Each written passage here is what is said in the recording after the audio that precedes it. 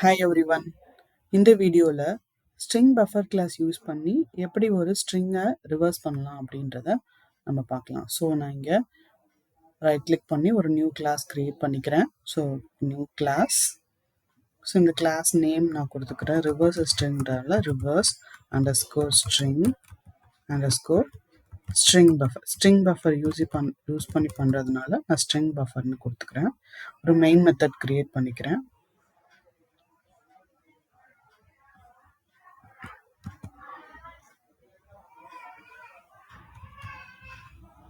So main method create பண்ணிக்கிறேன், finish கொடுத்துட்றேன். So இந்த இடத்துல பார்த்தீங்கன்னா எனக்கு ஸ்ட்ரிங் பஃபர் பண்ணுற கிளாஸ் க்ரியேட் ஆகிடுச்சு. ஸோ அதுக்குள்ளே ஒரு மெயின் மெத்தட் மட்டும் இருக்குது. ஸோ ஃபர்ஸ்ட் ஸ்டெப் வந்து என்னென்னா, நான் ரிவர்ஸ் பண்ண போகிற ஸ்ட்ரிங்கை நான் கெட் பண்ணிக்கிறேன். So string space equal to welcome. So இந்த ஸ்ட்ரிங்கை தான் நான் ரிவர்ஸ் பண்ண போகிறேன். ஸோ அதனால் நான் அந்த ஸ்ட்ரிங்கை எஸ்டிஆர்ன்ற வேரியபிளில் ஸ்டோர் பண்ணிக்கிறேன். ஓகேங்களா? ஸோ நெக்ஸ்ட் வந்து கிளாஸ்க்கு ஸ்ட்ரிங் கிளாஸ் பஃபர்ன்ற கிளாஸ்க்கு ஆப்ஜெக்ட் கிரியேட் பண்ணணும். ஸோ ஸ்ட்ரிங் பஃபர் ஸ்பேஸ் எஸ்பின்னு நான் வச்சுக்கிறேன். SP is equal to object name SP new space string பஃபர்ன்ற கன்ஸ்ட்ரக்டர் கொடுத்துக்கிறேன். ஸோ இந்த கன்ஸ்ட்ரக்டருக்குள்ளே நான் என்ன ஆர்குமெண்ட் பாஸ் பண்ணுறேன் அப்படின்னா, இந்த நான் ரிவர்ஸ் பண்ண வேண்டிய ஸ்ட்ரிங் எஸ்டிஆர் அப்படின்றத பாஸ் பண்ணிக்கிறேன். ஸோ நெக்ஸ்ட் வந்து பார்த்தீங்கன்னா,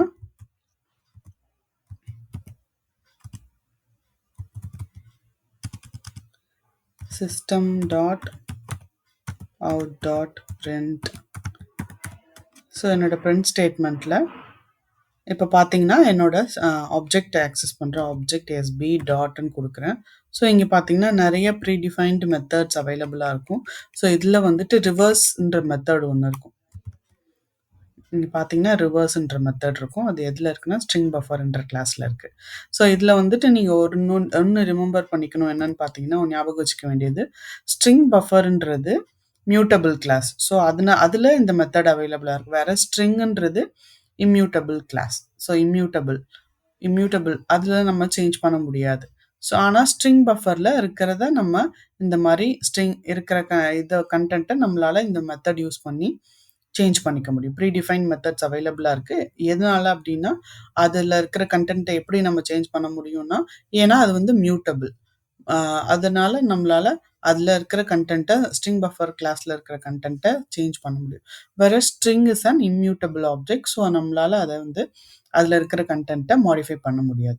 ஸோ இன்டர்வியூவில் உங்களுக்கு இந்த கொஷின் கேட்பாங்க.